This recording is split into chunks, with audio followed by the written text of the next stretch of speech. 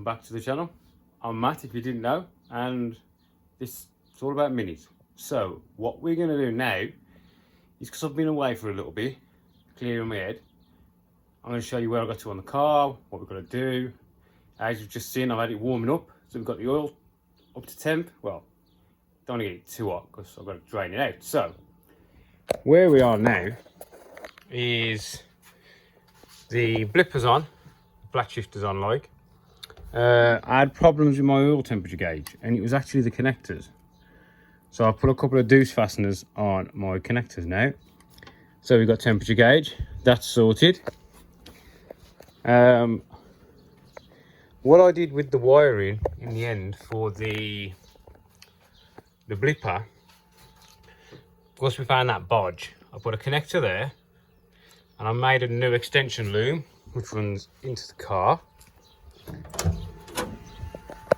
Let me just turn my charger off because it's rather loud.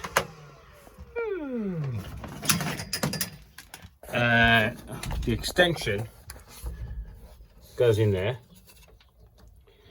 Then this one is the one that's supposed to run to your coils for your flat shift. What I did is I didn't do that there. Because I didn't want to break into my loom at the front. So what I did instead was did this. So what I've done is I've opened this plug up, traced the pins, repinned it, and come straight out the ECU straight into here. And then what I've also done is I've added this. This is a link, so I can actually unplug this and plug the link in so it bypasses this. I've done that mainly because we're not going to get much testing, but I am at Donington Park next week on the 27th, just doing a quick shakedown. Just main reason I'm there is to get this blipper and flat shifter to try and dial it in as much as I can, check the brakes, so you know, give it a bit of a once over. It's probably going to kill my tyres off, but I've got another set of part worn slicks that I can pop on, so hopefully. What else have I done now? Put a new harness in, which is rather tricky. I do quite like it. I did put the Geartronics gear indicator in, and I couldn't get it to program correctly. So I put this one back in, and I tried a manual program, and it didn't want to work properly. I think the gear position sensor on the end of the barrel in the gearbox is not reading right. It's not reading third, because you get to third, what you do is you press the bottom, you press it, comes up L, that's for learning. It tells you what gear it wants, you put it in, then it'll go to the next gear, you put it in, it gets to third, and I put it in, and the L doesn't come up. It's like it hasn't seen third gear. So, from this we can determine it's got to come out. But to get it out, go to the engine out to get the clutch off because it's behind the clutch. So, it's staying as it is. So I thought I might as well take the Geartronics one back out. So I was only going to try it anyway, and then we can sell that on for the customer. Right, what else have I done in here? Nothing. Yeah, nothing. That's all there was. Harness, gear indicator, wiring this thing. That's to be honest, that is about all I've done on it. You saw me do the thing, wired that in. But today, what we're going to do, we're going to drain the oil out of it. So we've got to get it up on the ramps, drain the oil out of it, and we're going to knock up two of these. Because I'm taking that Olin's damper off. And if we return to the back, oh, we're on the back, so we're taking that off as well. So I've got to make two drop links, which is easy enough. Raiding my stash, so I've got two left-hand rose joints, two right-hand rose joints. And yeah, get some stuff done. To be honest, I've been tinkering with that. I really shouldn't be, but I've been tinkering that because I enjoy building stuff. So, right, I'll set you up, get it up on the ramps, get it up a bit, bish bash bash, get it done.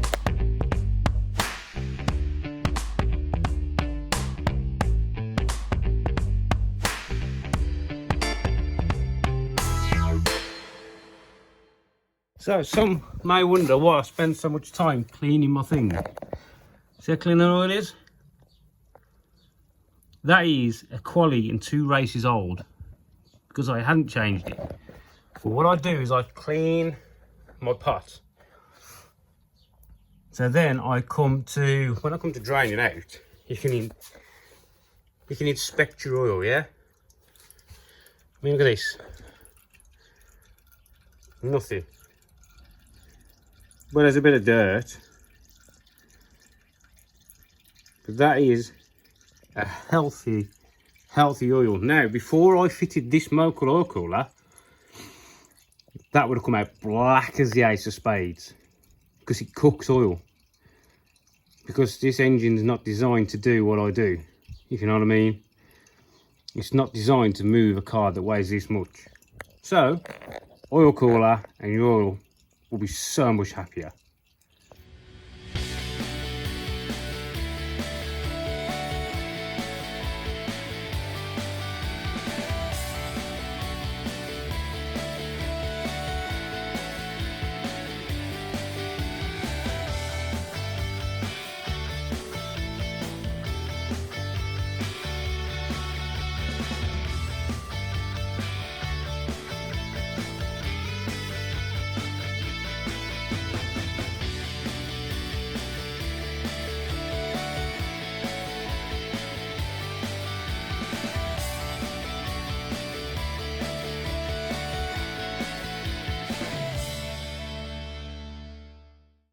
Right, so what I'm doing here now, we're draining off the old oil. So I've left the last little bit in there, give it a bit of a swirl. So we can do it together. So we're looking for any debris. Just very minor freck. No, that's part of the tub, part of the tub, part of the tub. As you can see, that's the bottom of the tub, not actually debris. There's very minor, couple of like minuscule specks in there, which you're going to get on a sequential anyway, especially considering last time, if you watched my last video, the last time I raced, the clutch failed, right? So I was having to ram it down the gears without a clutch. And considering there's literally no ends of teeth, you can't even very make it out. There's slight, very minor debris. Do you know what I mean? So I am confident that the engine is still strong. Looking at that oil, that's why I clean my drainer so much, so you can inspect. Because no point just changing the oil, you need to look at the oil. I do need to buy an oil filter cutter, so you can cut the top off the oil filter, but I haven't got one. But because it's basically 0.0001% of debris, I'm pretty confident in saying that the oil filter is pretty clean. So the new oil filter's on.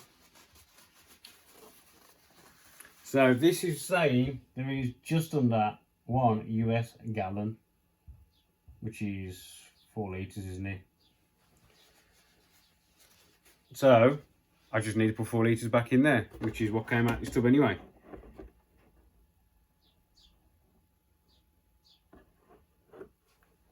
That's why you clean your oil drainer. Right, so now we're on to chain.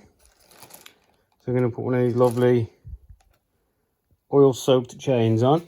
Yeah, it'll drip down, but when I made my diffuser, I put a drip tray in it and it catches the oil. If anything, it soaks into the wood, so it's not like we're going to be leaving it on the track. So we're going to get underneath because that's our access here. You spin the wheel. Oh, look, there's a link. And that's a brand new link, that is, so I'll just reuse that link. Get rid of the old chain, put a new chain on. Away we go.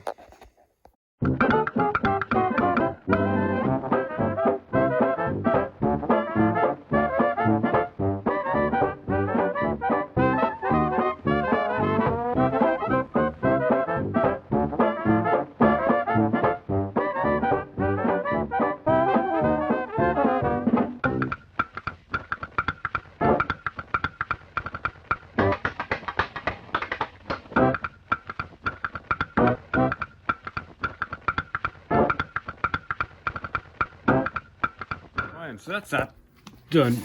I'll give you a quick look at what I do.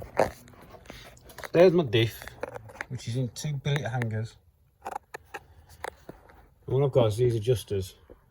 Yeah, so that's the pivot point, bolt either side, directly in line. And you slacken that, and when you do these up or down, they swing the diff. And on the actual diff mount itself on the other side of the billet one, I've got 2 positions, because when you run the 14 tough sprocket you have to have it in the top hole in there, and then when you're running the 15 tough you have to have it in the bottom hole to allow for the extra length of chain being a smaller tough sprocket. So that's what it takes along. Normally I just undo it. What you do is just slacken off the chain, undo it, put the new one on, spin it around, put the clip back on, tension the chain, job's a good one. But I had to move the pin because we're running a 14 tough, not a 15 tough. And that's polyethylene, that is. And they do the job. It's a bit of a stop it rubbing basically. Bit of a tensioner kind of thing, take up the slack. Right, so what we'll do there is we'll call that a day for now. In the next video we'll do these drop links, because I might change both the rears, because the one looks a bit short. I hadn't noticed before. Yep, right then. Oh, and the caps I'm trying out, tell you what, they're comfortable and keep you cool. These are, I'm always wearing a cap, so I haven't really skimped on these. These are embroidered, real nice quality hats. I've only brought 4 at the minute, and I've ordered 9 t-shirts I'm still waiting for when we're racing at Brands. But I've had a lot of people ask me if they can buy t-shirts and hats, but I hadn't even really thought about that, to be honest. It was more just for me and the family and the crew to wear when we're racing. But once we've tested them out, if they're okay, I don't know why someone will want one, but if you want one, I'll work out the price, because they're not cheap. You know what I mean? This is about, each one of these hats was about 25 quid to get made. So they're not cheap, but you buy cheap, you buy twice. That's why I buy the best stuff. Right then, thanks for watching, and I'll catch you in the next one. See you when we're racing.